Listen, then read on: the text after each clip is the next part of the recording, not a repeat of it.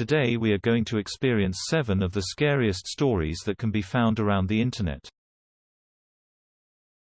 A few years ago, a mother and father decided they needed a break, so they wanted to head out for a night on the town. They called their most trusted babysitter. When the babysitter arrived, the 2 children were already fast asleep in bed. So the babysitter just got to sit around and make sure everything was okay with the children. Later that night, the babysitter got bored and went to watch TV, but she couldn't watch it downstairs because they did not have cable downstairs. The parents didn't want children watching too much garbage. So, she called him and asked him if she could watch cable in the parents' room. Of course, the parents said it was okay, but the babysitter had one final request. She asked if she could cover up the angel statue outside the bedroom window with a blanket or cloth, because it made her nervous. The phone line was silent for a moment, and the father who was talking to the babysitter at the time said, "Take the children and get out of the house, we'll call the police. We don't own an angel statue." The police found both of the children and the babysitter slumped in pools of their own blood within 3 minutes of the call. No statue was found. "We bought an old house, my boyfriend and I. He's in charge of the new construction, converting the kitchen into the master bedroom for instance, while I'm on wallpaper removal duty. The previous owner papered every wall and ceiling. Removing it is brutal, but oddly satisfying. The best feeling is getting a long peel, similar to your skin when you're peeling from a sunburn. I don't know about you, but I kinda make a game of peeling, on the hunt for the longest piece before it rips." Under a corner section of paper in every room is a person's name and a date. Curiosity got the best of me one night when I googled one of the names and discovered the person was actually a missing person, the missing date matching the date under the wallpaper. The next day, I made a list of all the names and dates. Sure enough, each name was for a missing person with dates to match. We notified the police, who naturally sent out the crime scene team. I overheard one tech say, "Yup, it's human." "Human? What's human, Mom? Where is the material you removed from the walls already? This isn't wallpaper you were removing." My daughter woke me around 11:50 last night. My wife and I had picked her up from her friend Sally's birthday party, brought her home, and put her to bed. My wife went into the bedroom to read while I fell asleep watching the Braves game. "Daddy," she whispered, tugging my shirt sleeve. "Guess how old I'm going to be next month?" "I don't know, Beauty," I said as I slipped on my glasses. "How old?" She smiled and held up 4 fingers. "It is 7:30 now.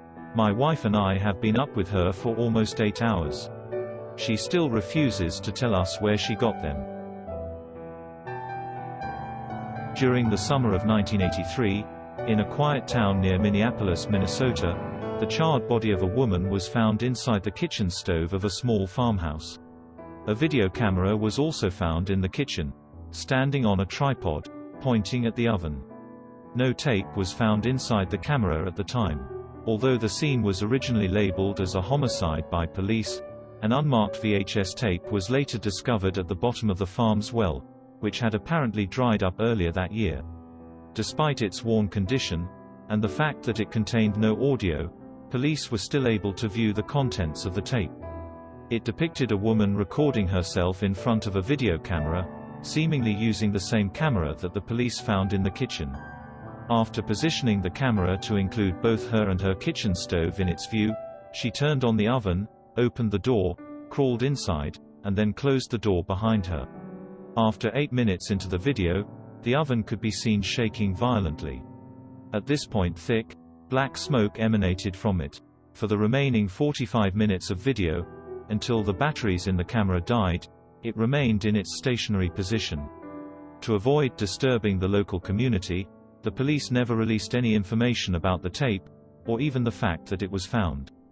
Police were also not able to determine who put the tape in the well, or why the height and stature of the woman in the video did not come close to matching the body that they had found in the oven. My folks and I were cruising the waters of Howe Sound during a weekday. We were out to catch the ever-elusive salmon, but little did we know we would get more than we bargained for. At the south end of Gambier Island there are 3 bays. One of these is Center Bay, and at the north end of it is a wharf owned by an exclusive yacht club in Vancouver. We tied up, intending to explore the property and sleep overnight before bugging out first thing in the morning. Dad went up to check out the property, and within a few minutes I followed. I went inside the house and found it in total ruins. Heading outside to check the rear of the house, I heard 3 ape-like noises behind me. Figuring it was Dad, I told him to give it a rest. But a few minutes later I saw Dad on the wharf, talking to Mom. Knowing something didn't add up, I wanted to quiz Dad on his whereabouts, but refrained. Later, I took a hike beyond the house and found a trail that led to a number of fruit trees in an abandoned orchard. Wondering if any fruit was on the trees, I got in among the trees. Reacting to a feeling of being watched, I turned and saw something that took 2 or 3 seconds to register. Standing about 50 to 60 yards away was a creature standing about 7 feet high and weighing several hundred pounds. It was a Sasquatch. This spooked me. We looked at each other for a few moments before the Sasquatch moved into the deeper forest. He was just interested in keeping an eye on me. After sunset, I called Dad out to the back of the boat. I had heard the same ape noises from earlier in the day on a nearby rocky slope. For several minutes, Dad and I heard Sasquatch splashing in the water, and it was having a great time in doing so. Just in case of further contact, I slept with one eye open that entire night. About 10 years ago my family and I were up in the White Mountains of Arizona to cut down our Christmas tree. My dad was driving our truck with my grandpa in the front seat, and my mom and sister in the back seat. I was in the bed of the truck along with our family's German short-haired pointer. We were driving along a forest road, and all of a sudden my dog starts barking and growling. So I look to see what it is, thinking it is maybe a bear or mountain lion. What I saw was a tall dark figure walking parallel to the road about 60 to 70 yards away. I yelled at my dad to stop the truck. When I told him I think I see Bigfoot, he just laughed and continued to drive. When I looked back to get another look at it, the figure had changed directions and was walking away from the road. The last thing I saw was the thing's head disappearing down a hill. To this day I still do not have an explanation for what I saw. Every time the situation comes up my dad always makes me tell everyone my story, just so he can laugh at it.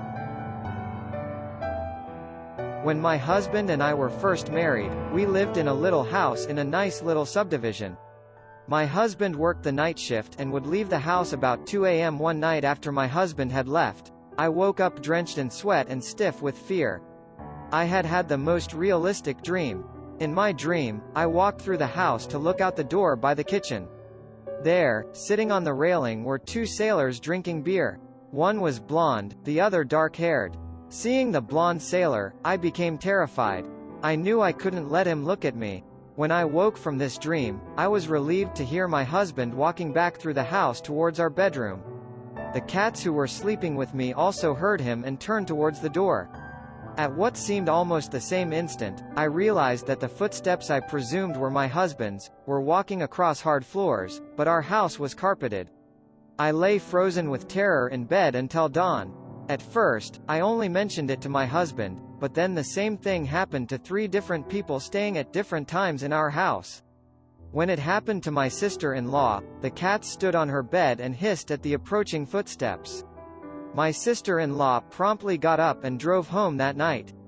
A few years after we moved, I found out by accident that the area where our subdivision had been built had many years ago been a very bad part of town. My family has come to believe that our little house must have been built on an area where something bad had happened.